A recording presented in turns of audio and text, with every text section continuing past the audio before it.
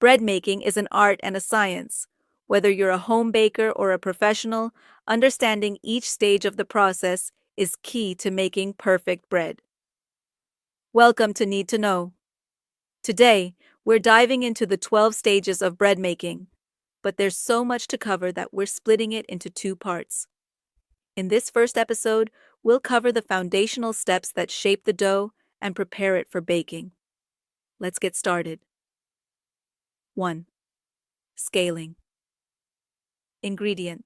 The journey of bread begins with precision. Every ingredient from flour to salt, yeast to water must be measured accurately. Small variations can change the texture, flavor, and fermentation process. Water, milk, and eggs can be measured by volume, but large quantities are best weighed. Special care is needed for salt because it directly affects yeast activity and dough fermentation. 2. Mixing. Mixing is where everything comes together. It serves three main purposes. 1. Combining ingredients into a uniform dough. 2. Evenly distributing yeast. 3. Developing gluten for structure and elasticity. Stages of mixing. Pickup stage. The ingredients start combining and the dough feels slack. Drying up. The gluten begins absorbing water, making the dough firmer. Cleanup stage. The dough pulls away from the bowl. Developed stage. The dough becomes smooth, elastic, and can be stretched into a thin film. But be careful. Overmixing weakens gluten, making the dough sticky and weak.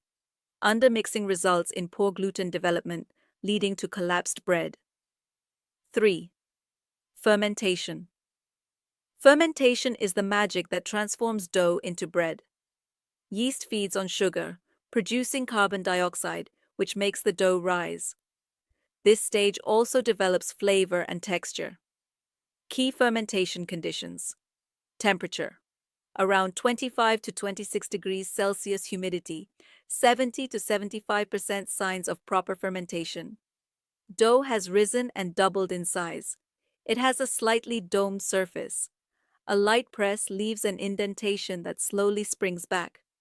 But fermentation can go wrong. Over-fermented dough becomes weak and sticky, leading to collapsed bread. Under-fermented dough results in dense bread with a reddish-brown crust. 4. Punching, knockback. Despite the name, we're not punching the dough. Instead, we gently fold and stretch it. This. 1. Evens out the dough's temperature. 2. Redistributes the yeast. 3. Expels carbon dioxide to allow for better gluten development. Think of it as a reset button for fermentation, ensuring the dough stays strong and structured. 5. Scaling, dividing the dough. Now that our dough is fermented and strengthened, it's time to divide it into equal portions. This is done to ensure consistency in size and baking time. Did you know? Bread loses about 10 to 13% of its weight during baking due to moisture loss. Bakers add a little extra dough weight to account for this. 6. Rounding.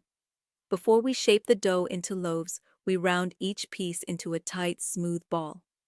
This process, 1. Strengthens the gluten. 2. Helps the dough hold its shape. 3. Retains gases, giving a good rise in the oven.